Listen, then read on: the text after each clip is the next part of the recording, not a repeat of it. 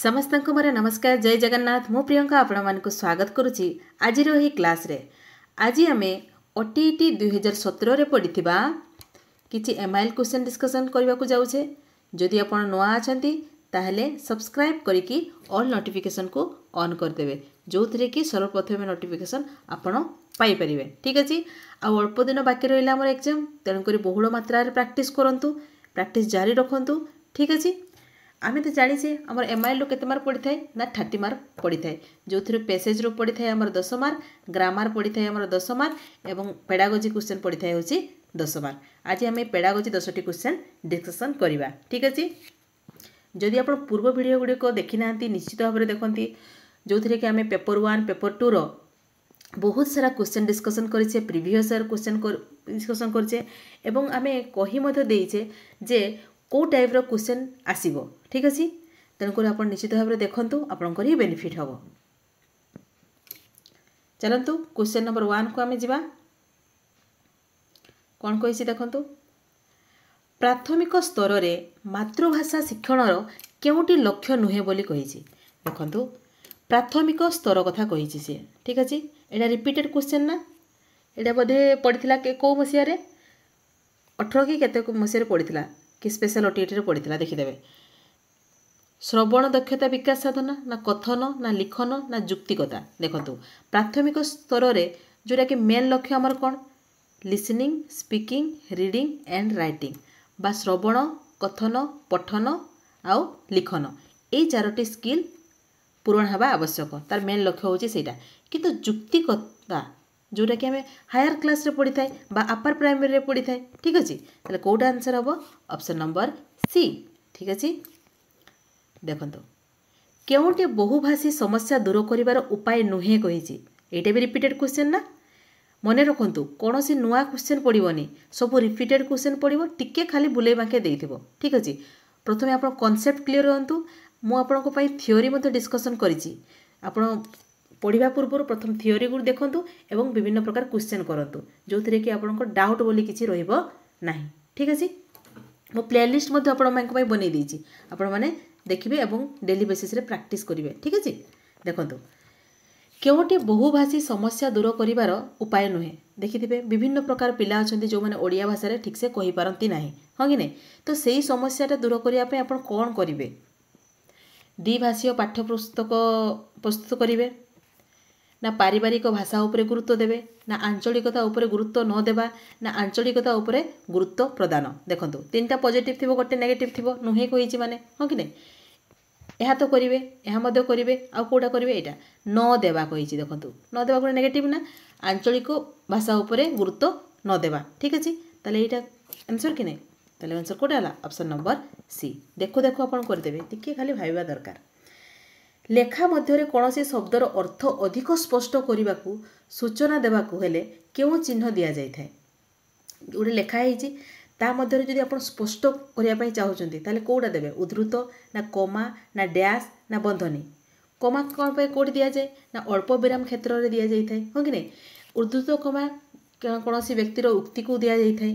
देखो बंधनी हूँ आमर आंसर जिते धर कहे भाई को भाई आप ब्रैकेट लिखिदे मामू पुओ एमती आप लिखिदे ना मा निर्दिष्टता को जनइबा पाई। ठीक अच्छे। ताले कोड आंसर हम ऑप्शन नंबर डी। ठीक अच्छे। नेक्स्ट क्वेश्चन को जीवा हमें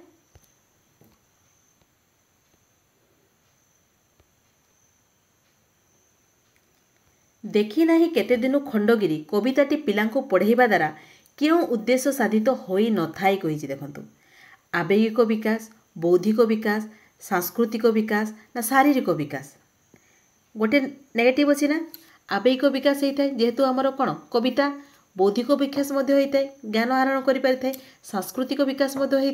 ठीक अच्छे। खंडगिरी कथा कहुई किंतु शारीरिक विकास कौन हम ये पाठटा पढ़ेले कौन आम शारीरिक विकास हो कि आमर गुड़ हाथ मुंड कौन लंबा हो कि हम ना कौट आंसर हम ऑप्शन नंबर डी।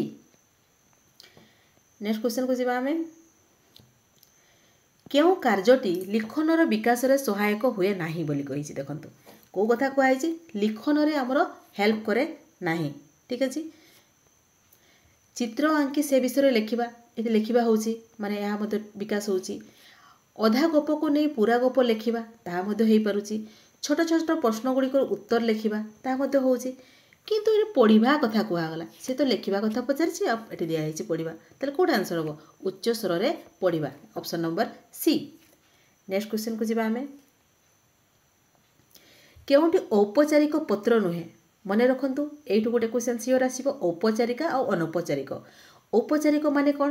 ଔପଚାରିକ ମାନେ ନିର୍ଦ୍ଦିଷ୍ଟ ନୀତି ନିୟମ ଥିବ, ନୀତି ନିୟମ ବାହାରେ ଆପଣ କୌଣସି ଲେଖିପାରିବେ ନାହିଁ। ଆଉ ଅନୌପଚାରିକ ମାନେ କ'ଣ? ଆପଣଙ୍କ ମନ ଇଚ୍ଛା ଲେଖିପାରିବେ, ଆମର ମନର ଭାବକୁ ପ୍ରକାଶ କରିପାରିବେ। ଠିକ୍ ଅଛି, ଦେଖନ୍ତୁ ଔପଚାରିକ ନୁହେଁ କହିଛି, ମାନେ ଅନୌପଚାରିକ। ଦରଖାସ୍ତ, ନିମନ୍ତ୍ରଣ ପତ୍ର, କାର୍ଯ୍ୟାଳୟ ପତ୍ର, ଏଥିରେ ଏଗୁଡ଼ା କ'ଣ? ଔପଚାରିକ, ନିର୍ଦ୍ଦିଷ୍ଟ ନୀତି ନିୟମରେ ଥାଏ, ରୁଲ୍ ରେଗୁଲେସନ୍ ଥାଏ। ଠିକ୍ ଅଛି, କିନ୍ତୁ ଔପଚାରିକ ନୁହେଁ କେଉଁଟା? ପାରିବାରିକ ପତ୍ର। ଆମେ ବାପାଙ୍କୁ ଲେଖୁଛେ, ମାଆଙ୍କୁ ଲେଖୁଛେ, ଭଉଣୀଙ୍କୁ ଲେଖୁଛେ, ବିଭିନ୍ନ ପ୍ରକାର ଲେଖୁଛେ। ତୁମେ କେମିତି ଅଛ, ଆମ ଘରକୁ ଯାଇଥିଲ ନାହିଁ, ଖାଇଥିଲ ନାହିଁ, ବୁଲି ଯାଇଥିଲ ନାହିଁ, ଏପରିକି ଆମେ ଲେଖିଥାଏ। ତାହେଲେ କେଉଁଟା ହେବ answer? Option number D. Next କ୍ୱେଶ୍ଚନକୁ ଯିବା। ନୀରବ ପଠନ ଦ୍ୱାରା କେଉଁ ଉଦ୍ଦେଶ୍ୟ ସାଧିତ ହୋଇଥାଏ? ଦେଖନ୍ତୁ, ନୀରବ ପଠ ଯେତେବେଳେ ଚୁପଚାପ ହେଇକି ପଢ଼ୁଛନ୍ତି ଆପଣ, କେଉଁ ଉଦ୍ଦେଶ୍ୟ ସାଧିତ ହୋଇଥାଏ? ବର୍ଣ୍ଣାଶୁଦ୍ଧି ଦୂର ହୋଇଥାଏ, ନା ପଠିତାଂଶର ଭାବବୋଧ ସୁଗମ ହୋଇଥାଏ, ନା ଉଚ୍ଚାରଣଗତ ତ୍ରୁଟି ଦୂର ହୋଇଥାଏ, ନା ଲିଖନ ଅଭ୍ୟାସର ଅଭିବୃଦ୍ଧି ଘଟେ? ଦେଖନ୍ତୁ, ଲିଖନ କଥା ତ କେବେ ହେବ ନାହିଁ, ସେ ପଢ଼ିବା କଥା କହିছে, ଲିଖନ କେଉଁଠି ଆସିଲା? ହେଲା ନାହିଁ। ଉଚ୍ଚାରଣ ତ ସେ କରୁନି, ତ୍ରୁଟି କେମିତି ଦୂର ହେବ? ହେବ ନାହିଁ। ବର୍ଣ୍ଣାଶୁଦ୍ଧି କିପରି ଦୂର ହୋଇପାରିବ? ସେ ଧୀରେ ଧୀରେ ପଢ଼ିଲେ ବର୍ଣ୍ଣଶୁଦ୍ଧି ହୋଇପାରିବ କି? ହୋଇପାରିବ ନାହିଁ। କ'ଣ ଶୁଦ୍ଧ ହୋଇପାରିବ? ନୀରବ ପଠନ ଦ୍ୱାରା ଆମର ଭାବବୋଧର ସୁଗମ ହୋଇଥାଏ। ଠିକ୍ ଅଛି, ତାହେଲେ କେଉଁଠି ଆନ୍ସର୍ ହେବ? ଅପସନ୍ ନମ୍ବର ବି। ଠିକ୍ ଅଛି। କେଉଁଠି ବର୍ଣ୍ଣାଶୁଦ୍ଧି ନିରାକରଣ ଉପାୟ ନୁହେଁ? ବର୍ଣ୍ଣାଶୁଦ୍ଧି ନିରାକରଣ ଉପାୟ ନୁହେଁ ବୋଲି କହିଛି। ଶ୍ରୁତ ଲିଖନ, ଶୁଣିକିରି ଲେଖିବେ, ଯେଉଁଥିରେ କି ଆପଣ କ'ଣ ହେବ? ବର୍ଣ୍ଣାଶୁଦ୍ଧି ହୋଇପାରିବ, ମାନେ ଠିକ୍ ଠାକ୍ ଲେଖିପାରନ୍ତେ। ଦୃଷ୍ଟ ଲିଖନ, ଦେଖି ଦେଖି ଲେଖିବେ, ଏହାର ମଧ୍ୟ ହେଇଥାଏ। ଠିକ୍ ଅଛି, ଦୃଷ୍ଟ ଲିଖନ, ଶ୍ରୁତ ଲିଖନ, ଅଭିଧାନର ବ୍ୟବହାର, ଯେଉଁ ଡିକ୍ସନାରୀରେ ମିନିଂ କାଢ଼ୁଛନ୍ତି, ସେଥିରେ ମଧ୍ୟ ଆପଣଙ୍କ ସ୍ପେଲିଂ ଏରର୍ ଠିକ୍ ହୋଇପାରିବ। କିନ୍ତୁ ଦ୍ରୁତ ପଠନ, ପୁରା ସ୍ପିଡ଼ି ପଢ଼ିବେ, ଗୋଟିଏ ଶବ୍ଦ ପଦ ବାକ୍ୟରେ ବ୍ୟବହାର ଉଦାହରଣ ଦେଇ ଠିକ୍ ସେହିପରି ଏହିପରି ଭାବରେ ପଢ଼ିବେ, ସେଥିରେ ଆପଣଙ୍କ ବର୍ଣ୍ଣାଶୁଦ୍ଧି ହୋଇପାରିବ କି? ହୋଇପାରିବ ନାହିଁ। ଠିକ୍ ଅଛି, ତାହେଲେ କେଉଁଟା ଆନ୍ସର୍ ହେବ? Option number D. ଗୋଟିଏ ଶବ୍ଦ, ପଦ ବା ବାକ୍ୟ ବ୍ୟବହାରର ଉଦାହରଣ ଦେଇ ଠିକ୍ ସେହିପରି ପରିସ୍ଥିତିରେ ନୂତନ ଶବ୍ଦ, ପଦ ବା ବାକ୍ୟର ବ୍ୟବହାର କରିବାକୁ ଶିକ୍ଷାର୍ଥୀଙ୍କୁ କୁହାଗଲେ ତାହା କେଉଁ ପ୍ରକାର ପ୍ରଶ୍ନ ହେବ?